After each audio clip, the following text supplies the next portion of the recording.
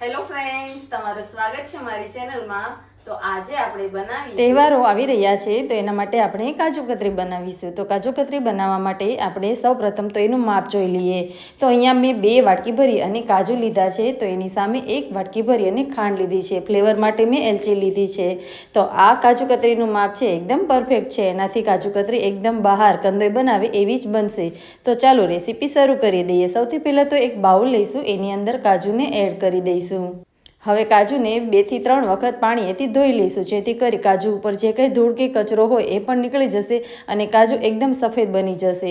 અહીંયા તમે કાજુના ટુકડા કે આખા કાજુ પણ લઈ શકો છો। કાજુના ટુકડા થોડા સસ્તા હોય છે અને આપણે એને પાવડર જ બનાવવાનું હોય છે, તો એટલા માટે આપણે કાજુના ટુકડા લઈશું તો કાજુ કતરી એકદમ સસ્તી બનશે। કંદોઈ કરતાં તો ઘણી સસ્તી અને એકદમ ચોખ્ખી અને ઘરમાં બનેલી જે મીઠાઈ હોય છે એની તો કંઈક સ્વાદ અને વાત જ અલગ હોય છે। તો હવે આપણે કાજુને ધોઈ લીધા છે, તો હવે એમાં થોડું પાણી એડ કરી દઈશું, એટલે કે કાજુ ડૂબે એટલું પાણી એડ કરી એને 2 કલાક માટે પલળવા દઈશું, જેથી કરી અને કાજુ એકદમ સોફ્ટ થઈ જશે અને કંદોઈ પણ આવી જ રીતે કાજુ કતરી બનાવતા હોય છે। તો હવે કાજુને પલળવા માટે મૂકી દઈએ। હવે આપણે આગળની પ્રોસેસ જોઈએ। 2 કલાક પછી અહીંયા મેં ખાંડ લીધી છે અને ખાંડને મિક્સર જારમાં એડ કરી અને ગ્રાઇન્ડ કરી દઈશું। એનો એકદમ ફાઇન પાવડર બનાવી લઈશું। એની અંદર જ હું એલચી છે એને પણ એડ કરી દઉં છું, જેથી એનો ફ્લેવર એની અંદર આવી જશે। હવે અહીંયા જે ખાંડ છે એનો મેં અહીંયા પાવડર બનાવી લીધો છે, તો આપણે એ જોઈ લઈશું। એમાં જો દાણા રહી ગયા હોય તો ફરીવાર મિક્સર શરૂ કરી અને એનો પાવડર એકદમ ફાઇન, એટલે કે એકદમ દાણાદાર ન રહે એવો આપણે બનાવી લઈશું। હવે આપણે આગળની પ્રોસેસ જોઈ લઈએ। તો હવે આ જે ખાંડનો પાવડર બનાવ્યો છે એને એક બાઉલમાં કાઢી લઈશું અને આ જ મિક્સર જારનો હવે ઉપયોગ કરીશું।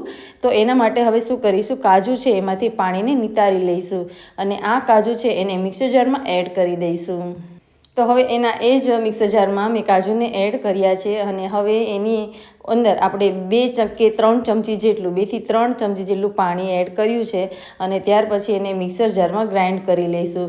અને હજી થોડુંક આપણે મિક્સર જારમાં ગ્રાઇન્ડ કર્યા પછી એમાં ખાંડ પણ ઉમેરી દઈશું અને ફરીવાર મિક્સર જાર છે એને આપણે ફેરવી અને આવી રીતે પેસ્ટ બનાવી લઈએ।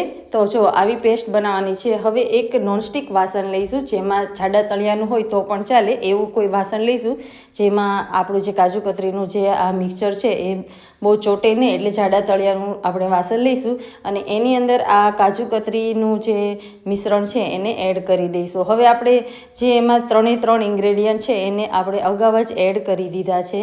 હવે આપણે માત્ર એને આપણે ગેસ ઉપર 15 થી 17 મિનિટ સુધી રહેવા દઈ અને ધીમા તાપે આવી રીતે આપણે હલાવતા રહેવાનું છે, જેથી એકદમ સરસ એવી કાજુ કતરી બની જશે। શરૂઆતમાં થોડું ઢીલું બેટર હશે, ધીમે ધીમે થોડું કઠણ થતું જશે અને ત્યાર પછી જ્યારે પેનની સાઈડને છોડવા લાગે ત્યાં સુધી આપણે કરવાનું છે। ઓછામાં ઓછી 15 મિનિટ આપણે એને ગેસ ઉપર રહેવા દઈશું, એટલે એકદમ સરસ એવું બની જશે। તો અહીંયા મેં હલાવતા ઘણું એવું કઠણ થઈ ગયું છે। હવે આવી રીતે જ્યારે એકદમ કઠણ થઈ જાય ત્યારે અડધી ચમચી જેટલું ઘી તમે એડ કરી શકો છો, એનાથી ખૂબ જ સરસ એવી સ્મૂથ કાજુ કતરી બનશે। અને હવે આવી રીતે એકદમ પેનની સાઈડને છોડવા લાગ્યું છે, તમે જોઈ શકો છો। તો અને જે કાજુ કતરીનું બેટર છે એકદમ વ્હાઈટ પણ બની ગયું છે। તો જ્યારે આવી રીતે હોય ત્યારે આપણે એને ચેક પણ કરી લેવું। તો શું કરવાનું, એમાંથી થોડુંક ભાગ આપણે લઈ અને જોવાનું કે જ્યારે ઠરે ને ત્યારે એમાં ગોળી વળે, એટલે થોડું આવી રીતે ભાગ લઈ અને જોઈશું અને આવી રીતે જો ગોળી થતી હોય તો એનો મતલબ એમ કે કાજુ કતરી છે એ હવે સરસ સેટ થઈ જશે। તો હવે આપણે ગેસની ફ્લેમને બંધ કરી દેવાની છે અને ત્યાર પછી કોઈ એક બટર પેપર લઈશું અથવા તો પ્લાસ્ટિકનું કોઈ પેપર હોય તો એમાં ઘી લગાવી દઈશું અને આ જે મિશ્રણ છે એને એના ઉપર એડ કરી દઈશું અને ત્યાર પછી 5 મિનિટ સુધી એને આમાં મસળવાનું છે। એટલે હવે કેવી રીતે મસળવાનું છે, આપણું જે બટર પેપર હોય કે પ્લાસ્ટિકનું પેપર હોય એને આવી રીતે આપણે કરશું। ગરમ હોય છે આ મિશ્રણ, એટલે આવી રીતે આપણે એને 5 મિનિટ સુધી મસળી લઈશું। હલકું ગરમ થાય ત્યારે જ આપણે એને હલકું ગરમ હોય ત્યારે જ આવી રીતે મસળી લઈશું અને ત્યાર પછી એકદમ સ્મૂથ એવું આપણું જે મિશ્રણ છે એ બની જશે।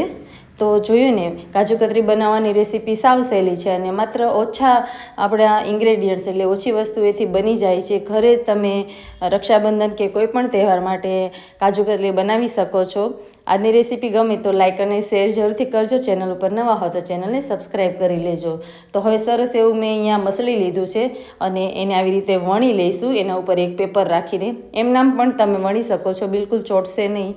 અને ત્યાર ઉપર જો તમારી પાસે આવું ચાંદીનું વરખ હોય તો તમે લગાવી શકો છો, એમનામ પણ સરસ લાગશે.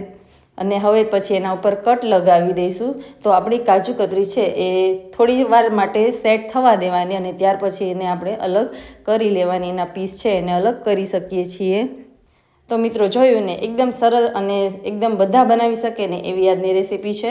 તો તમે તમારા મનપસંદ શેપમાં અથવા તો ડાયમંડ શેપમાં જ તમે કાજુ કતરી છે એને કટ કરી અને પછી એને સર્વ કરી શકો છો. અને તમારા ભાઈને ઘરે બનાવેલી મીઠાઈ તમે લઈ જઈ અને એને ખવડાવી શકો છો. તો મળીશું મારા નવા વિડીયો સાથે. ત્યાં સુધી